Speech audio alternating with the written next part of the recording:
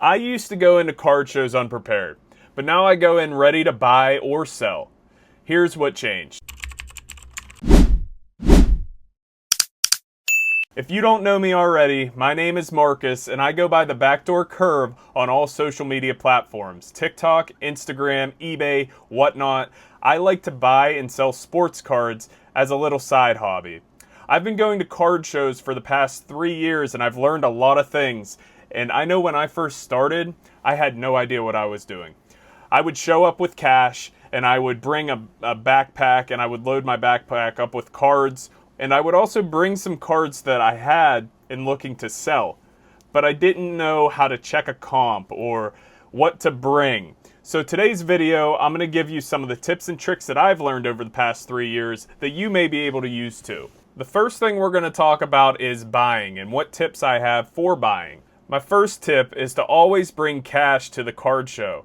Cash is king when it comes to card shows. Some dealers will accept Venmo or PayPal, but for the most part, if you want the best deal, the most bang for your buck, you need to bring cash.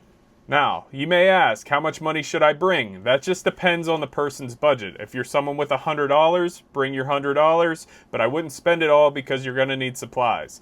If you're someone with more than $100 and you're already invested in the sports cards, I would bring around 70% of your total cash. My next tip is have an idea of what you want to get. At card shows, they have a little bit of everything. There's low end, mid end, and high end. Depending on your budget, that's going to determine what you can get. You know, if you're going there with no idea of what you want, that can work too, but I usually try to figure out what I want before I go. So, for instance, for me, I like to buy a good amount of low end for my whatnot streams, as well as buying some mid-tier cards in the $30 to $50 range.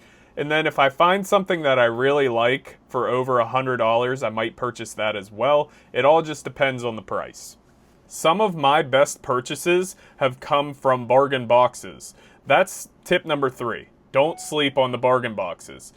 There's a lot of times that I'll look through a bargain box and I'll find a 90s refractor that's worth $15 to $20 that someone has in a dollar box. You never know what you'll find, so check those out too.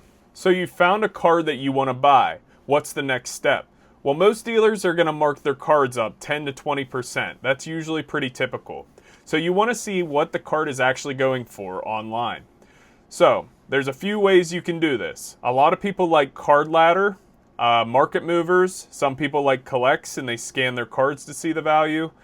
But a free option is 130point.com. You type in 130point.com, type in the player's name, the year, the product, and the card name on the back, like the number, and that'll tell you how much the card is going for. Along with that, what I do sometimes if I'm buying a higher end card is I check eBay current listings to see if that's the cheapest option or if there's another option online that may be cheaper. All of these things can be used in your negotiation strategy that we'll get into next. Now that we know how much the card is worth, we get into the negotiation. So if you see a card, for instance, this Jackson Churio Aqua Refractor, say it's on the table at $140, and you look it up, and you say to the dealer, "Hey, Mr. Dealer, I see you have that card for $140. The recent sales for that card are right around $130. Would you take $110?" That's a fair offer. Don't ask the dealer, "Hey, what's the lowest you'll take for that card?" That's how you get on a dealer's bad side. Most people in this hobby are going off of percentages. So if a card goes for $130 and you offer, we'll say 80%, that would be right around $105. I like to stick around 80% personally, and then I hope to sell at 90 to 100%. Doesn't always happen. I lose money just like anyone else. I make money just like anyone else in this hobby. I would recommend sticking to around 80% for most of your deals. The one problem with percentages is that a lot of dealers buy at percentage. So if they buy at 80%, they're not going to sell at 80%. They may sell at 85, they may sell at 90, so be prepared for a counter offer. Another thing that can help you when buying from dealers is buying in bulk. If you buy more than one card, they may be willing to come off their percentage more. In order to do that, you would need more cash flow. So if you're going to start out low, I would recommend going to dollar boxes or 50-cent boxes and picking up, we'll say, 100 cards and offering maybe 70% of the 100 cards. So if they're all $1, I would offer $70. I would imagine most dealers would be okay with that. A couple of things that I like to bring to card shows, other than cards and money: sticky notes in case I do bulk deals. I can write down prices and comps and figure out what I want to pay for cards if I'm buying a lot. Penny sleeves. If I buy some cards that, I want to get into a new sleeve and then into a new top loader, I do that as well. I also may bring some stickers if I want to try and make a fast flip. If I buy a card for, we'll say, under comp and then I want to sell it on the same day, I might bring some stickers and write a price on those. Never put stickers on your slabs or on your cards. Put them outside of a team bag. That's another thing that I usually bring as well. Team bags, let me find them, are cheap. You can find them at card shows usually. And this goes on the outside of your top loader, and then you can put your sticker right here. That way it doesn't mess up the top loader or the graded card. If you're looking to resell cards, I would recommend taking a picture of anything that you buy. Like, if you buy 50 cards, don't take pictures of 50 cards. But if you buy a 3-card lot, take a picture with the total price. That way you know how much money you have into it. If you buy a lot, that can get confusing, and that's a good way to look back and say, hey, I bought this for this much. Okay, that's my tips for buying. Now we're going to move on to selling. Now, selling's a little bit different. For selling, you have to bring your own cards, so you have to already have cards in hand. What I like to do is I like to make my cards look nice. So, for instance, this SGA Prism Silver PSA 9. I went in and I put a graded team sleeve on this card, as well as putting a price. Now, for my pricing, what I like to do is I check the comp before I go to the card show. I recommend checking it a day or 2 days right before you go. Because if you price a card from 3 months ago, it can be something different now. So pricing your card a day or a day and a half before, I usually will mark it up a little bit. Now, for instance, this Jaden Daniels card, this pink Jaden Daniels PSA 9. Let's see if it'll focus. There we go.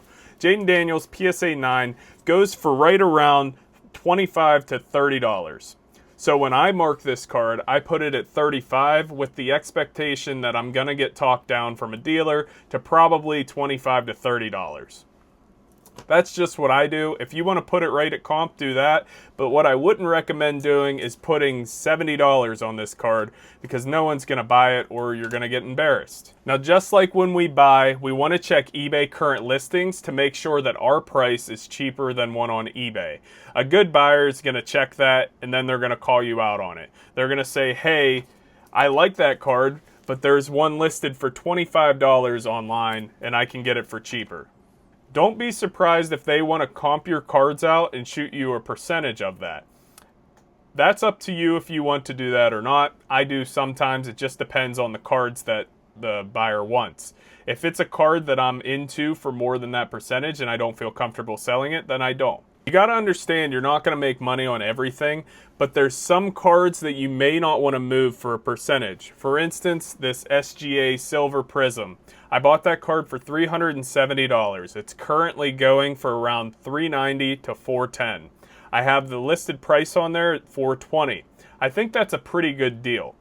Either way, I'm probably not going to take less than $400 for it, just because it's the off season, it's a bad time to sell, and that card can reach up to $500 during the season. Something new that I'm going to do for this show in particular is I'm going to put all of my raw cards into magnetic cases.